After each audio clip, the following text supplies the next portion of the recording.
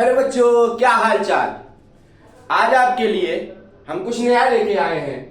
तो आज हम लोग क्लास 10th की साइंस में जो आपकी केमिस्ट्री का पार्ट है उसको पढ़ेंगे। आज से ये नया लेक्चर हम लोग स्टार्ट करेंगे क्लास 10th का साइंस, जिसमें से पहला चैप्टर है केमिस्ट्री का हमारा केमिकल रिएक्शन एंड इक्वेशन। क्या चैप्टर का नाम है? तो हमारे चैप्टर का नाम है केमिकल रिएक्शन एंड इक्वेशन। ये रसायन विज्ञान क्लास 10th केमिस्ट्री का पहला चैप्टर है। आज मैं वैसे तो आपको फिजिक्स पढ़ाता हूं, लेकिन मैं साइंस पोर्शन भी अपने क्लास 10th वाले को करवाऊंगा इस बार। तो आज से आपकी क्लास जो होगी, एक क्लास आपकी केमिस्ट्री में चलेगी। तो आज का चैप्टर है क्या? Chemical equation and reaction. ये क्या चीज होती है, आइए पढ़ा जाए। फिर आप लोग पूरे जोश के साथ जुड़ जाइए आज से केमिस्ट्री पढ़ने के लिए। तो सबसे पहले हम लोग इसमें जानेंगे चेंज क्या होता है। केमिकल इक्वेशन एंड रिएक्शन में सर्वप्रथम हम लोग जानेंगे चेंज।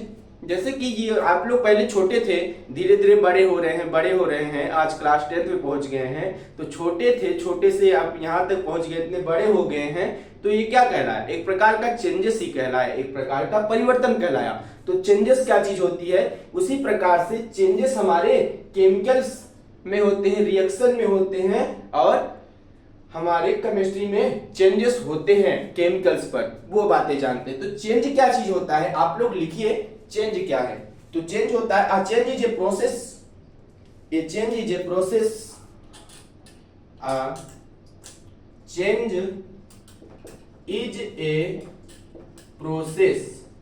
चेंज क्या होता है? एक प्रकार की प्रोसेस होती है in which the final state, in which the final state in which the final state of a substance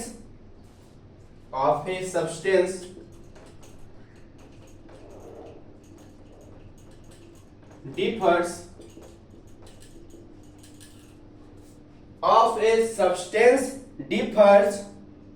from its original state, from its original state. तो चेंजेस क्या होता है? चेंजेस होता है बदलाव, किसी भी चीज में बदलाव कह लीजिए, या फिर केमिकल्स में जो बदलाव होता है वो क्या कहलाता है? परिवर्तन, चेंज कहलाता है। तो लिखी गई है इसकी definition, A change is a process in which the final state of a substance differs from it original state. आपकी ओरिजिनल स्टेट से जो बदलाव हुआ कुछ समय बाद, थोड़े समय बीतने के बाद जो भी उस वस्तु में बदलाव आया समय के साथ, वो क्या कहलाया? चेंजेस कहलाया। जैसे कि एग्जाम्पल की बात करें, अगर हम लोग एग्जाम्पल आप आइस ले लीजिए, बर्फ ले लीजिए। बर्फ को धीरे धीरे आप छोड़ देंगे, बर्फ क्या होगा? लिक्विड में बदल जाएगा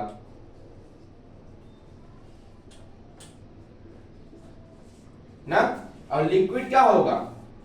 वेपर बन जाएगा। तो ये सब क्या हो रहे हैं? ये सब हमारे चेंजेस हो रहे हैं। क्या हो रहे हैं?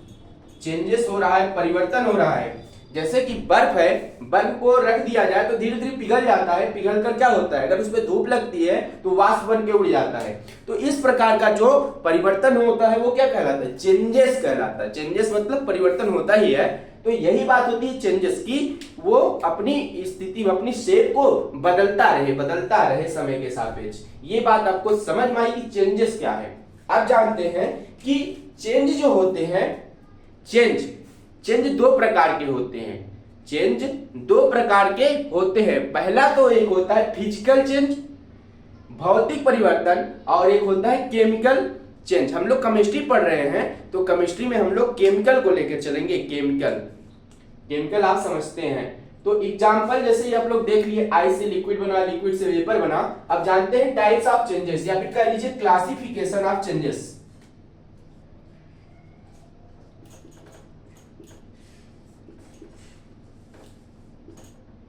क्लासिफिकेशन ऑफ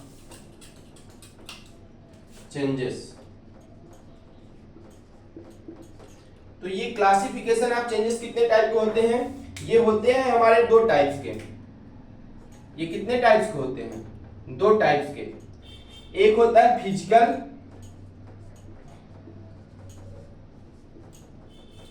चेंज, एक होता है केमिकल चेंज।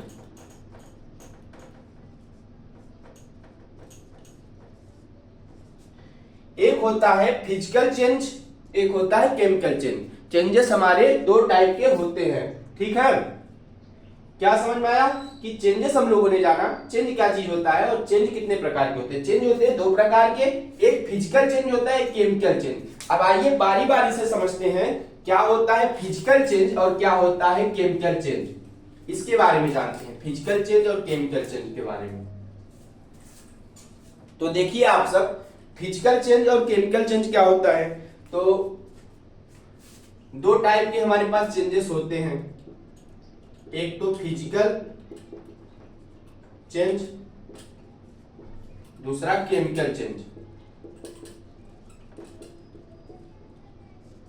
ठीक, फिजिकल चेंज में क्या हो सकता है? फिजिकल चेंज में लिखिए shape size physical state change.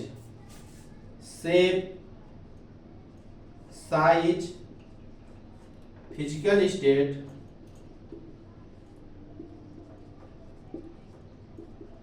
Change. उदाहरण अगर इसका लिखना चाहें तो एग्जाम्पल चॉकलेट,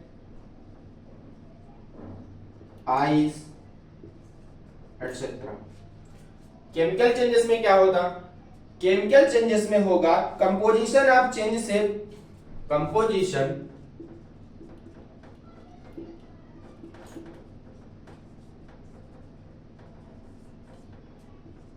शेप साइज और क्या? शेप चेंज हो सकता है, साइज, स्टेट। एग्जाम्पल इसका ले तो बर्निंग वुड, पेपर। अब समझिए चेंजेस हम लोगों ने जाना चेंज क्या होता है। किसी भी वस्तु में बदलाव जो होता रहता है वो होता है चेंज। अब चेंज दो प्रकार के होते हैं, कौन कौन से? एक होता है फिजिकल चेंज, एक होता है केमिकल चेंज। फिजिकल चेंज मतलब होता है जो वस्तु क्या रहे, प्राकृतिक रूप से रहे, प्राकृतिक रूप से उसमें बदलाव होता है, वो होता है फिजिकल चेंज। केमिकल चेंज क्या होता है? केमिकल चेंज जैसे उसको हीट दे दिया जाए ना, उसको क्या कर दिया जाए? हीट दे दिया जाए, उसकी आकृति बदल जाती है, उसका स्टेट बदल जाता है, ये सब ना। ठीक है, तो फिजिकल चेंजेस एक प्रकार से क्या होता है, जैसे चॉकलेट को आप ऐसे रख के छोड़ देंगे तो पिघल जाएगा, बर्फ रहेगा रख देंगे तो पिघल जाएगा। और शेप साइज चेंजेस कैसे होते हैं? स्टेट, जैसे आपके पास क्या है, कोई लकड़ी है, कोई पेपर है, कोई पेपर अपने बोर्ड वाला मार्कशीट मत लेके जला देना। तो क्या करेंगे आप, कोई पेपर लेंगे, उसको जलाएंगे तो क्या होता है, वो अपनी स्टेट को परिवर्तन कर देता है। पहले तो वो सॉलिड में रहता है, फिर क्या होता है, स्टेट में परिवर्तन कर देता है, राख बन जाता है ना, पाउडर के रूप में हो जाता है। तब भी तो स्टेट कैसा रहता है, सॉलिड रहता है। तो जैसे पेपर को जला दीजिए, लकड़ी को जलाइए तो अपनी शेप को चेंज कर देता है। ये क्या होता है, केमिकल चेंजेस होता है उसमें। और चॉकलेट वगैरह खुद पिघल जाता है, पर ये सब होता है फिजिकल चेंज। ठीक, आप उसको कोई फोर्स लगाएं, कोई उस पे ऐसा कंपोजिशन चेंज करें जिससे कि उसका शेप साइज स्टेट ये सब बदल जाए, तो इस प्रकार की घटना होती है क्या, केमिकल चेंजेस। और जो स्वतः अपने आप स्वतः खुद से जो परिवर्तित हो जाए, ऐसी घटना कहलाती है फिजिकल चेंजेस। ठीक, ये बात समझ में आई आपको? तो जब ये बात समझ में आई तो आइए अब अपना चैप्टर स्टार्ट किया जाए, केमिकल रिएक्शन एंड इक्वेशन वाला chapter, chemical reaction and equation. तो केमिकल इक्वेशन एंड रिएक्शन क्या होता है, आइए समझते हैं। तो हेडिंग डाल लीजिए क्या, chemical reaction.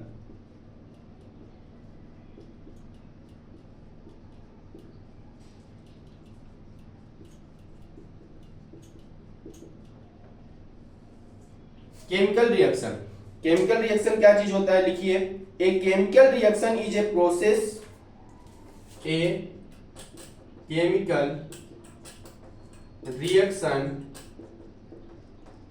Is a process, a chemical reaction is a process in which substance undergo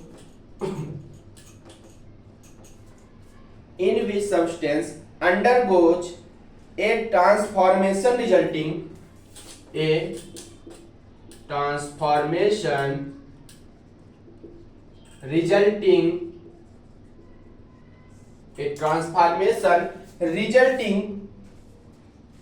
in the formation of new substance, in the form of new substance।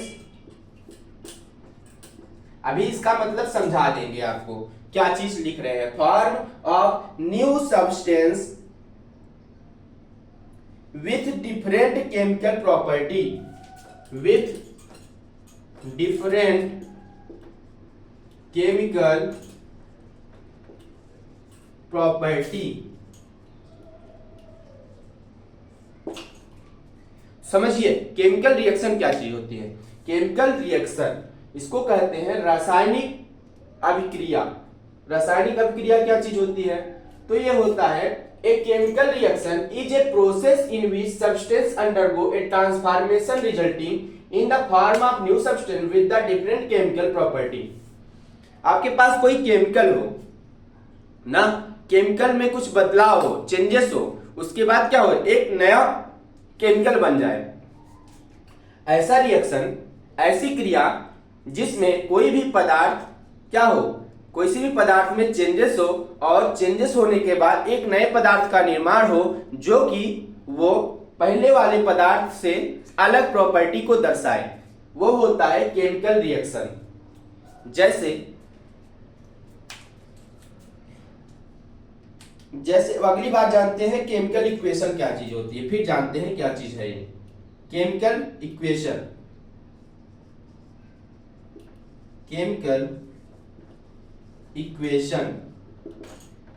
Chemical equation इसमें लिखिए केमिकल इक्वेशन क्या होता है। It shows a chemical reaction, it shows a chemical reaction, it shows a chemical reaction using symbol and formula, using symbol and formulas। It shows a chemical reaction using symbol and formulas to represent the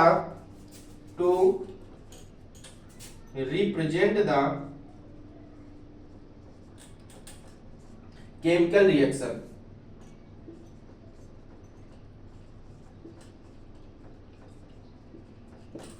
ना। तो chemical equation क्या लिखे हैं हम लोग, represent the reactant and product,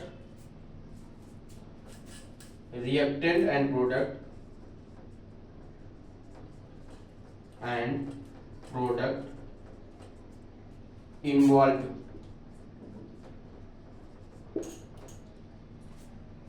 देखिएगा तो लिखे हैं केमिकल इक्वेशन।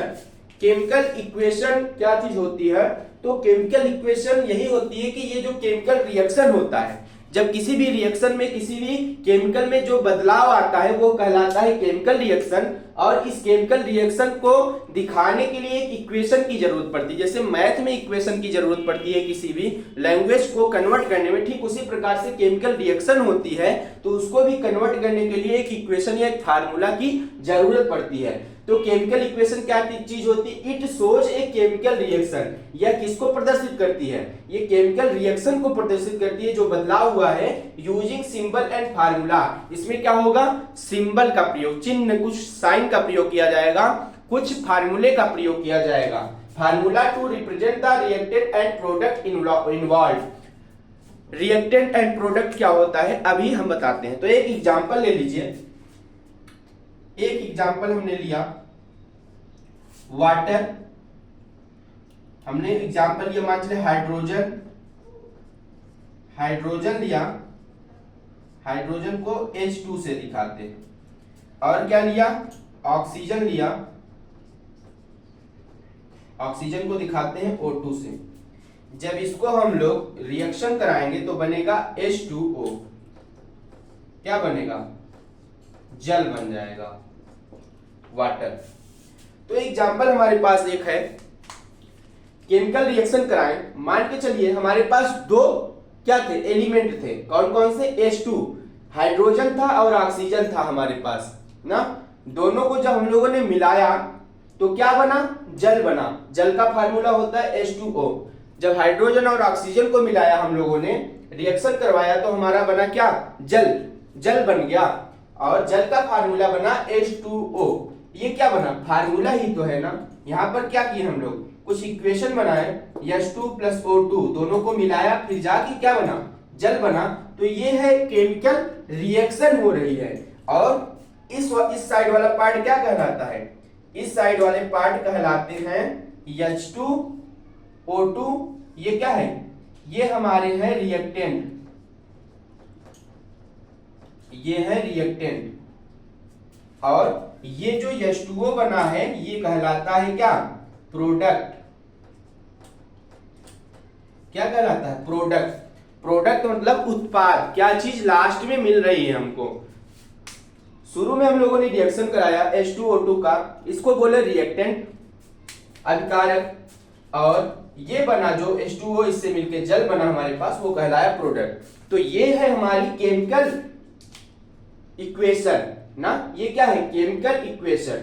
और इस केमिकल इक्वेशन को बताता है कौन, ये बताता है केमिकल रिएक्शन। ये बात समझ में आई कि केमिकल इक्वेशन क्या होता है, केमिकल रिएक्शन क्या चीज होती है। ठीक, इतनी बात अगर आपको समझ में आई तो हम लोगों ने समझा पहले क्या, चेंजेस जो सब किसी भी रिएक्शन में जो बदलाव होते हैं, किसी भी पदार्थ में जो बदलाव होता है सब्सटेंस में, वो कहलाता है चेंजेस।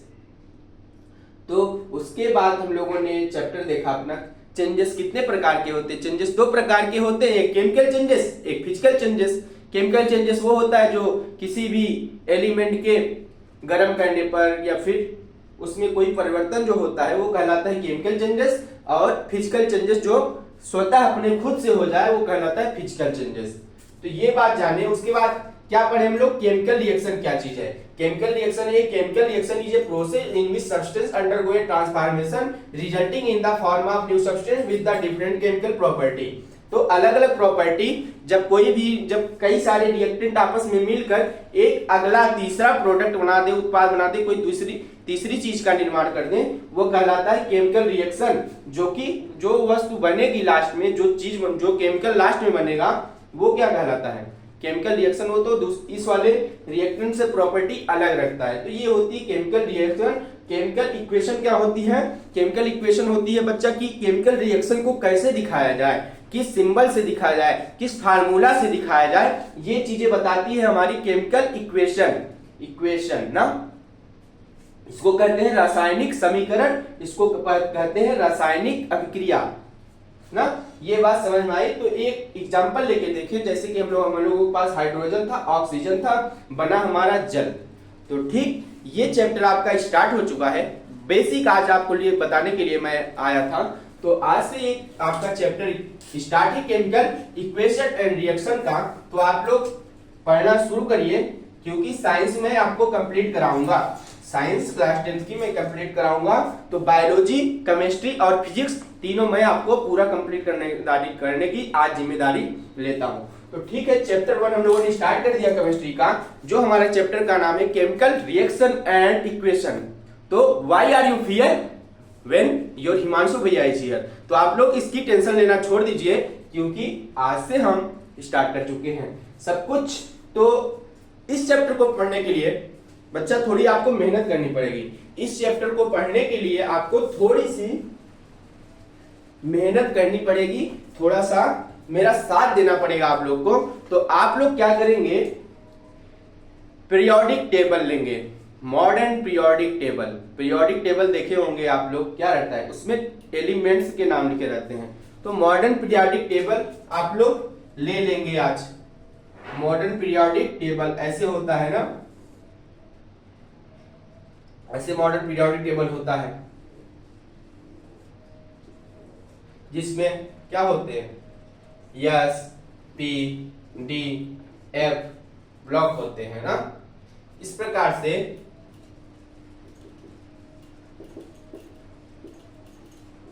आप लोग एक पीरियोडिक टेबल लेंगे। लगभग पीरियोडिक टेबल में आप लोग 1 से लेकर 36 तक तत्वों का नाम याद कर लेंगे, उनका इलेक्ट्रॉनिक विन्यास करना सीखेंगे हम लोग आगे। लेकिन आप लोग 1 से 36 तक क्या करिएगा, आप लोग पीरियोडिक टेबल से उसके तत्वों को नाम याद कर लीजिएगा और कुछ केमिकल इक्वेशन को याद कर लीजिएगा, कुछ केमिकल रिएक्शन के सिंबल साइन को याद कर लीजिएगा। जैसे H2 क्या होता है, O2 क्या होता है, N2 क्या होता है, CO2 क्या होता है, H2O क्या होता है, NH4 क्या होता है, NH2CO, NH2 क्या होता है, K2SO4, L2SO4, Thi24H2O क्या होता है, NH4Cl क्या होता है, PCl5 क्या होता है, H2SO4 क्या होता है, Cl क्या होता है। ये सब चीजें आप लोग याद कर लेंगे। CH3COOH क्या होता है, CH3C4 क्या होता है, CH4 क्या होता है, CH3 क्या होता है, CH2 क्या होता है, CH1 क्या होता है, CH5 क्या होता है, C2H6 क्या होता है, C3H6 क्या होता है, C4H9 क्या होता है। ये सब चीजें आप लोग याद कर लेंगे। Methane, ethane, propane, butane, pentane, hexane, heptane, octane, non dec, undec, dodec, tridec, tetradec, pentadec, hexadec, heptadec, octadec, nonadec या फिर 20 तक ऐसे याद कर लेंगे। और आप लोग इस पीरियोडिक टेबल से 36 तत्वों के नाम को याद करके रखेंगे। कल हम लोग अपना ये चैप्टर कंटिन्यू करेंगे, जिसमें कल हम लोग क्या पढ़ेंगे, chemical reaction, types of chemical reaction के बारे में कल हम लोग पढ़ेंगे। तो आप लोग इतनी जिम्मेदारी आज आप लोग निभाइए। मिलता हूं आपसे आपके साथ कल, तब तक के लिए जय हिंद।